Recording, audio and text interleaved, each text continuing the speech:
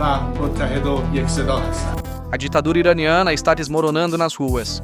De Teherã a Isfahan, de Khuzistão a Mashhad, todo o país está sendo abalado por tumultos massivos.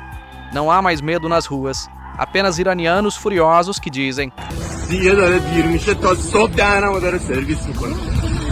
چه میدونی؟ چرا نره؟ Mães e pais furiosos, estudantes universitários e lojistas estão lado a lado. Em toda parte, cartazes de Khamenei estão sendo queimados e símbolos do regime estão sendo destruídos. A onda de protestos começou com a economia e a escassez de água, mas os eventos que continuaram desde 27 de dezembro evoluíram para uma guerra civil, a maior ameaça existencial ao regime. As pessoas estão marchando com slogans como Khamenei vai cair, o Shah vai voltar. O pesadelo do regime de 1979 voltou, mas desta vez os papéis mudaram. Milhões de iranianos nas ruas estão pedindo que o pesadelo do regime, o rei exilado, Reza Shah Pahlavi, volte ao poder.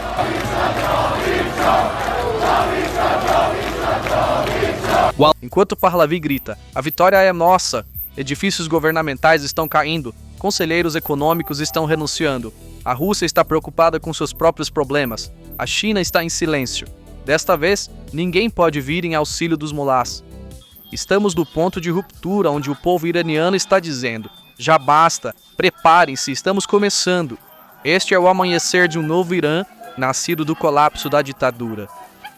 O gatilho para este caos foi acionado pelo próprio presidente Pezeshkian. Ele admitiu que os cofres do Estado estavam vazios, dizendo: todos que receberam dólares os embolsaram, não distribuiremos mais. Esta admissão causou um terremoto no coração da economia do regime, o Bazar de Teherã.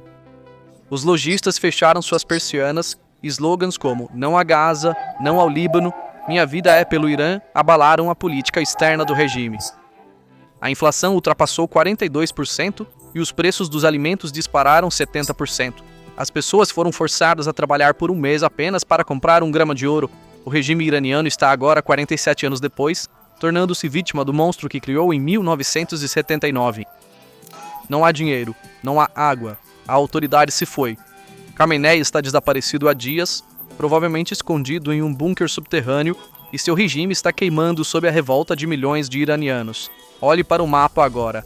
Quase todas as 31 províncias estão em alerta vermelho. Em toda parte está tão vermelho quanto um mapa de outono. Em Bagmalek, as pessoas estão marchando com slogans como Khamenei vai cair, o Shah vai voltar. Perto de Izeh, os aldeões estão cantando Chore Khamenei, Pahlavi está vindo, este é Nahavand. Milhares de pessoas estão nas ruas. Este é Arak, a cidade está em chamas.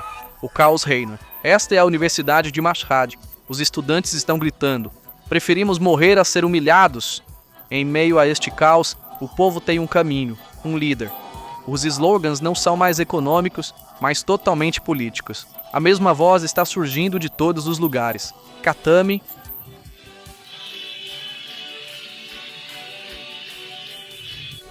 Em Lorestano o povo diz: Pahlavi vai voltar. Esta é a batalha final. E o rei quebrou seu silêncio. O líder exilado do Irã, Reza Shah Pahlavi II, dirigiu-se diretamente ao seu povo e ao exército. O apelo do Shah ao povo e às forças de segurança desencadeou uma onda de revolta em todo o país, diferente de 1979. Os eventos não se limitaram a slogans. As ações se transformaram em um motim direcionado à arquitetura de segurança do regime.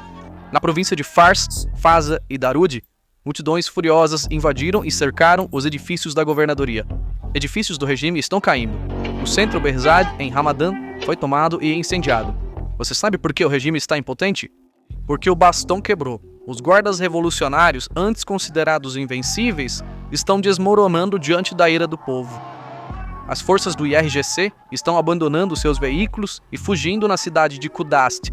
Dezenas de milhares de manifestantes estão perseguindo as forças de segurança, forçando as forças do regime a recuar. Equipamentos militares estão sendo incendiados no meio das ruas em Fulad Shah.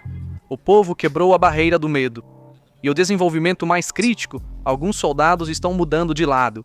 As deserções dentro do exército começaram o cenário mais aterrorizante para o regime. Isto é uma rebelião. Para Khamenei, Isso é mais do que uma crise política, é um cenário de ruína existencial.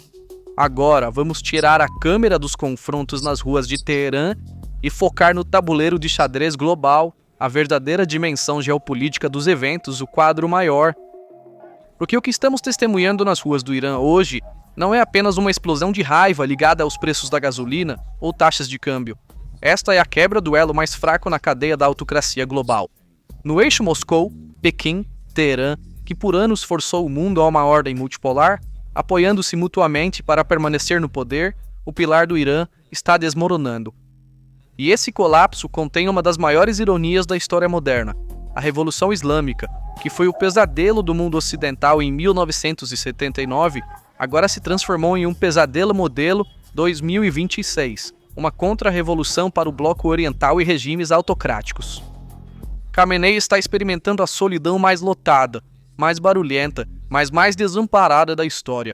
No entanto, desta vez há uma ausência importante no palco. A Rússia e a China, os irmãos mais velhos que vieram em socorro do regime iraniano em todos os eventos sociais no passado, estão silenciosos desta vez. O apoio que os regimes autocráticos dão uns aos outros é na verdade baseado em uma irmandade de sobrevivência. Eles temem o efeito dominó com um pavor mortal, sabendo que quando um cai, o outro será abalado. Então por quê? Onde estão os irmãos mais velhos de Khamenei, Rússia e China? A resposta é simples, implacável e igualmente instrutiva. A orfandade dos autocratas. Esta aliança não era uma união de valores ou um compromisso de lealdade, mas uma parceria pura de medo e interesse. E quando o navio começa a afundar, os capitães fecham os botes salva-vidas antes dos rabos. A Rússia está atualmente ocupada derretendo seu próprio exército no atoleiro ucraniano e tentando manter sua economia à tona sob sanções. Putin não tem uma unidade mercenária para enviar a Teherã, nem um sistema de defesa aérea, nem um único rublo para doar. A capacidade logística e militar de Moscou está tão sobrecarregada que só pode assistir impotente ao colapso de seu parceiro estratégico, o Irã, das janelas do Kremlin. Essa passividade não é uma escolha para a Rússia, mas uma necessidade. E esse colapso significa que a Rússia perderá sua maior base logística no Oriente Médio, a segurança do Mar Cáspio e o Corredor Sul. Se o Irã cair, o flanco sul da Rússia ficará completamente indefeso e sua presença na Síria será logisticamente cortada. Para a Rússia, a queda do Irã significaria a conclusão de seu próprio cerco. Na frente chinesa, a situação é ainda mais pragmática, fria e implacável. Pequim, lidando com sua própria estagnação econômica, crise imobiliária e problemas de dívida interna, se recusa a fazer investimentos políticos ou militares em um navio afundando. Para a China, o Irã era uma fonte de petróleo barato e uma parada no projeto Cinturão e Rota. Em outras palavras, um ativo. No entanto, um Irã que está se tornando instável, sendo arrastado para uma guerra civil e rejeitado por seu próprio povo, não é mais um ativo para Pequim, mas uma responsabilidade tóxica. O silêncio da China é o sinal mais claro de que desligou o regime de Khamenei. Esta situação traz à mente um cenário aterrorizante para todos os regimes autocráticos. Uma cadeia de revoluções semelhante à Primavera Árabe. Lembre-se, uma faísca na Tunísia incendiou o Egito, a Líbia e a Síria. Não há garantia de que os slogans "Morte ao ditador", entoados nas ruas de Teherã, hoje não ecoarão em Moscou ou em outra capital amanhã. É precisamente essa coragem contagiante que os autocratas temem. A repulsão desarmada do povo iraniano aos tanques do IRGC está destruindo a percepção de um Estado invencível. O ano de 1979, com a queda do regime do Shah, deu origem a um modelo de totalitarismo teocrático. Na época, essa mudança perturbou o equilíbrio na região. Hoje, o pêndulo está balançando na direção oposta. O que está acontecendo a partir de 1º de janeiro de 2026 é a vingança de 1979.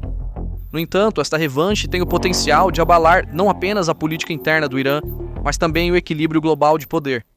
Porque se o Irã cair ou passar por uma mudança radical de regime, o centro logístico da Rússia no Oriente Médio e a segurança energética da China e o projeto Belt and Road serão comprometidos. O regime iraniano está, na verdade, vivenciando as profundezas de uma crise de legitimidade neste processo, que chama de crise econômica. A confissão de Pezeshkian de que quem pegou o dólar o comeu é o documento oficial da falência do Estado. O povo não quer mais reformas. Eles querem desligar completamente o sistema. Neste ponto, a falta de ajuda do bloco autocrático é o principal fator que transforma o pânico interno do regime em pânico total. De uma perspectiva histórica, esta revolta no Irã é uma batalha entre os remanescentes do século XX e as demandas do século XXI. Jovens, mulheres e estudantes representam o confronto entre um aparato ideológico estatal e as realidades do mundo moderno. A violência, a única carta do regime, já não é uma solução. É como jogar gasolina no fogo. O pavio deste caos foi aceso não por uma operação de inteligência externa ou intervenção transfronteiriça, mas por uma adaga econômica cravada no próprio coração do regime. Isto não é um ataque externo, mas um caso de autodestruição. Tudo começou com a confissão fatal do presidente Massoud Pezeshkian, que pregou o último prego no caixão do regime. Pezeshkian ficou diante das câmeras e declarou que os cofres do Estado estavam vazios, proferindo uma frase que um chefe de Estado nunca deveria dizer. Todos que receberam o dólar subsidiado embolsaram-no. Não vamos mais distribuí-lo. Esta frase não foi uma simples mudança na política fiscal ou uma medida de austeridade. Foi a declaração oficial de falência do regime, ao dizer ao seu próprio povo: não há mais dinheiro nos cofres, cuidem de si mesmos. O Estado unilateralmente terminou o contrato social invisível, mas vital, entre o cidadão e o Estado. O regime que por anos havia acalmado a raiva do povo com subsídios, pão barato, gasolina barata e eletricidade barata, admitiu que não podia mais fazer esses pagamentos e essa raiva transbordou para as ruas como um tsunami. Imediatamente após essa admissão, o Bazar de Teherã, a força vital histórica da economia iraniana e o barômetro mais crítico da legitimidade política do regime, experimentou um fechamento que teve um efeito sísmico. Este é o coração da capital conservadora que financiou a Revolução de 1979 e trouxe os mulás ao poder. Se o bazar fecha, não é apenas uma greve, significa que o regime está sendo desligado. E foi exatamente isso que aconteceu. A moeda, o real, depreciou tanto em relação ao dólar que deixou de ser um meio de troca e se tornou nada mais do que um pedaço de papel sem valor. No meio desta conflagração, o regime decidiu aumentar os preços da gasolina pela primeira vez em 6 anos, efetivamente acendendo um fósforo no barril de pólvora da raiva social que já havia sido incendiado. Neste ponto, outro fator paralisou a capacidade do regime de usar o poder militar. Um apocalipse de infraestrutura entrou em cena, o colapso energético. Escritórios estaduais, bancos e universidades em 21 das 31 províncias do país foram fechados sob o pretexto de frio e conservação de energia. Mas todos nas ruas de Teherã sabiam que isso não era uma medida de conservação, mas um apagão e uma perda de controle. As usinas de energia não estavam sendo abastecidas com combustível, as bombas de água não estavam funcionando. E em áreas críticas como Cuzistão, a sede estava levando as pessoas ao desespero.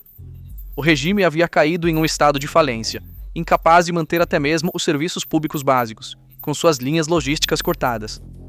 A substituição em pânico do presidente Pezeshkian do governador do Banco Central, ou suas promessas ridículas de assistência em dinheiro ao povo, equivalente a cerca de $5 por mês, eram como colocar um curativo em um paciente com queimaduras de 4º grau. O povo não queria mais curativos. Eles queriam que o membro gangrenado fosse amputado, ou seja, que o regime fosse completamente removido. A descoberta mais crítica e crucial da nossa investigação é esta. Esta revolta é geneticamente diferente do Movimento Verde de 2009 ou dos protestos de Mahsa Amini de 2022. Enquanto movimentos anteriores estavam limitados às demandas de um segmento específico, nomeadamente o direito de voto da classe média ou a liberdade de vestuário das mulheres, a revolta de 1º de janeiro de 2026 é uma coalizão massiva entre classes, unida em torno dos eixos da fome e da honra. Trabalhadores do petróleo estão fechando válvulas. Estudantes estão ocupando campi. Comerciantes estão fechando suas lojas. E mais importante, os segmentos religiosos conservadores, considerados a base do regime, também estão se unindo sob o slogan: Khamenei é um assassino e seu governo é ilegítimo. Este é um cenário em que a base social do regime foi completamente erodida. Sua legitimidade ideológica foi reduzida a zero, e apenas a violência crua e nua permanece. Como resultado, 1º de janeiro de 2026 não é apenas uma data no calendário, mas o dia em que o destino do Oriente Médio foi reescrito, o dia em que uma era terminou. No Irã, O sol já não nasce no leste, mas sim daquelas ruas escuras, dos olhos de mulheres corajosas, jovens furiosos e pais que dizem: basta. O regime de Khamenei está pagando o preço por seu suicídio econômico, sua guerra contra seu povo e sua arrogância da forma mais dura possível, sendo relegado ao lixo da história. Aquela parede de medo foi derrubada uma vez, e esses tijolos nunca poderão ser recolocados. A fuga das forças do regime, a queima de cartazes, o clamor pelo rei, a queda das províncias, tudo isso proclama uma única verdade, um veredicto inalterável. O Irã passou do ponto sem retorno, a mesa de reformas foi derrubada. Não há mais para onde Khamenei, a guarda revolucionária e este regime decrépito e podre possam correr, não há mais onde se esconder. O silêncio opressivo e ameaçador em Teherã deu lugar ao clamor por liberdade de milhões. E lembrem-se, quando um povo deixa de ter medo, não há nada que os ditadores possam fazer, nenhuma bala que possam disparar. O Irã está marchando em direção à liberdade e nenhum poder pode parar essa marcha. Então, quais são seus pensamentos sobre este assunto? Por favor, compartilhe seus pensamentos nos comentários. Para se manter informado sobre as análises especiais da PPR Global, inscreva-se em nosso canal e ative as notificações. Obrigado por nos escolher.